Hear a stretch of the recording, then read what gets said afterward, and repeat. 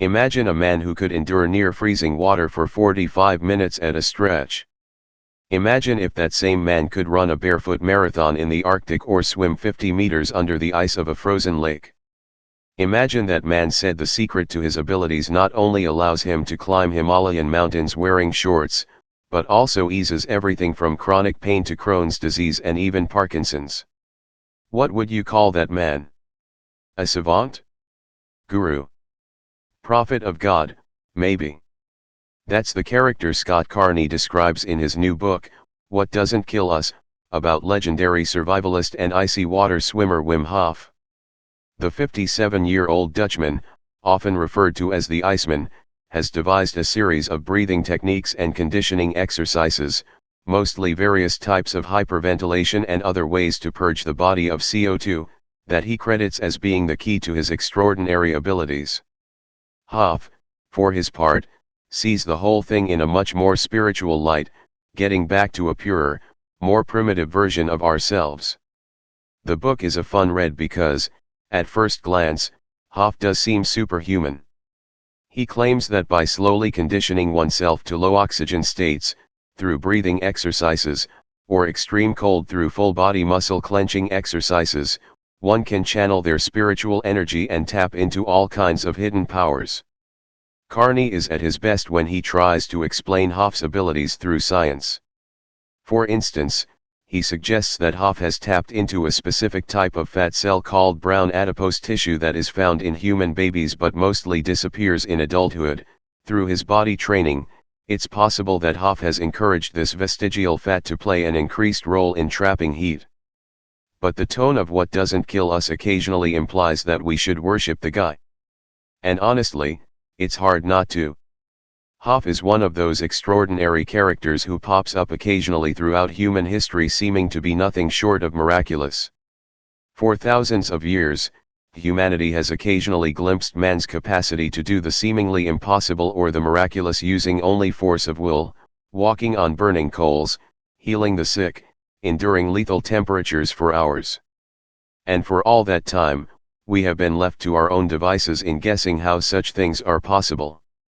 But today, modern science has revealed a number of fascinating mechanisms for how the brain influences the rest of the body, forming a string of enticing breadcrumbs leading toward a more satisfying understanding of some of the limits of the human body, and how people like Hof cheat them. Take one fascinating lead, the effects certain expectations have on bodily functions. The mind has a propensity to make predictions, and then ensure those predictions come to pass through internal pharmacies that, when lumped together, are also called placebo effects. In my book, Suggestible You, I talk to scientists around the world who investigate placebos, internal pharmacies, hypnosis, and the power of belief on the body and mind. One of my favorite quotes came from Alia Crum, a psychologist at Stanford. "I don't think the power of mind is limitless," she said. "But I do think we don't yet know where those limits are." In his book, Carney points to Wolf's ability to heal things like Parkinson's, asthma, chronic pain, and digestive problems, giving us the impression that the mind can do anything it wants. As it happens, all of these diseases are also highly susceptible to the influence of placebo. Contrary to popular belief, not all placebo effects are the same, and not all conditions respond to them equally. That's because a big part of placebo effects are chemical, employing things like dopamine, endogenous opioids, serotonin, and an untold number of other chemicals your brain idly keeps on hand in case it needs to adjust what's happening in the body. That's what's at the center of almost every miracle I've encountered, chemicals that have incredible effects but still follow the rules of biochemistry, even if we don't yet fully understand what those rules and mechanisms are. Hof claims that one of the secrets to superhuman strength and healing is specialized breathing techniques. Fair enough. But I can introduce him to a healer in Beijing who says it's about balancing spiritual heat with cold, or a witch doctor in Mexico who says it's about channeling spirits. What do they all share? The chemistry of expectation and belief, which, writ wide, is the world of placebo. A better definition for placebo might be to call it a measurement of the effect of one's belief on their body. Belief and placebos don't just affect disease. They also boost athletic performance, as Hoff demonstrates when he swam under 50 yards of ice. This is where scientists have begun asking some really interesting questions. Placebo effects have long been studied in medicine, but Christopher Beattie, a sports psychologist at the Canterbury Christ Church University in England, is among the few scientists who study it in athletics. His work often examines how elite athletes perform under intense fatigue when they think they have some kind of performance enhancement. The interesting question for Beattie isn't what can the human body do, but rather, what more can the human mind add to that?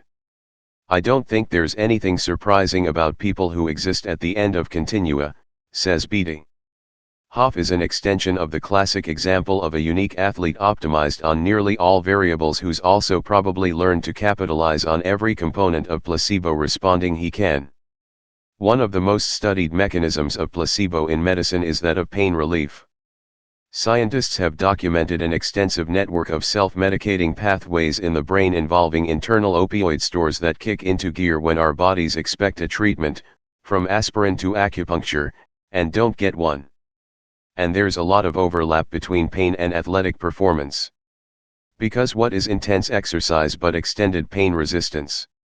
In fact, pain relievers like morphine are strictly regulated in athletics for their performance-enhancing powers. In addition to painkillers, there may be a whole network of internal chemicals our bodies can dip into for increased performance. In one mind-boggling study from 2008, legendary Italian placebo scientist Fabrizio Benedetti told weightlifters that they were getting performance-enhancing drugs when they were actually getting placebos and, secretly, lighter weights to lift. Once they believed the drugs were working, as perceived by the lighter weights, the loads were surreptitiously returned to their normal weight.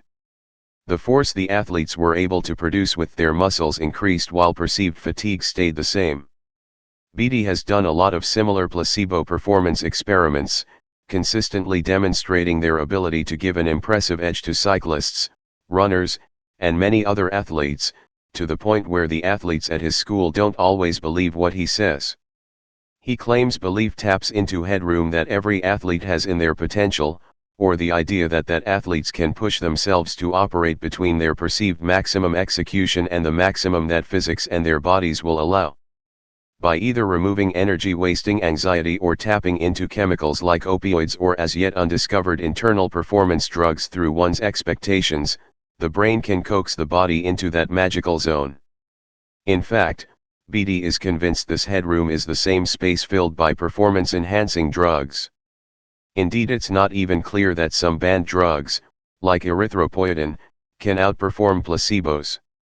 He's just finished the largest, not yet published, placebo study ever done in athletics, 600 subjects in all, and found that the people most likely to respond to placebo were the ones experienced using supplements.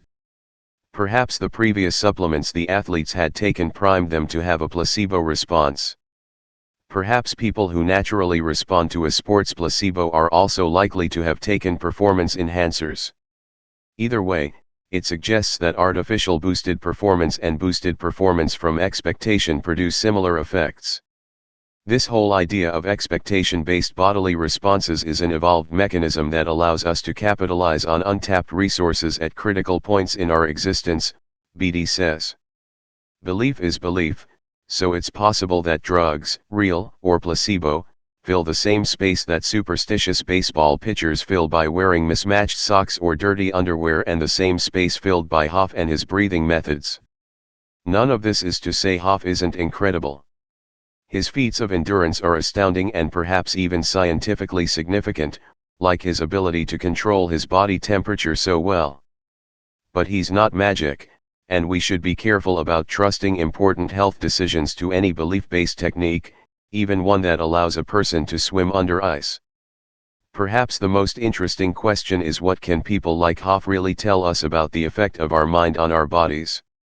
Scientists already know that Parkinson's disease, pain, and depression all respond very well to all kinds of beliefs, whether through special breathing, secret pills, or magic crystals. But could that same belief fuel unprecedented feats of athleticism? Beatty says that, especially for elite athletes, there's a limit to the benefits of both psychological and pharmacological performance enhancers, so why not just use belief in place of drugs? We're trying to educate athletes into the idea that the headroom is there to be filled, and drugs are not necessarily the only way of filling that headroom, he says. Confidence is the drug of champions.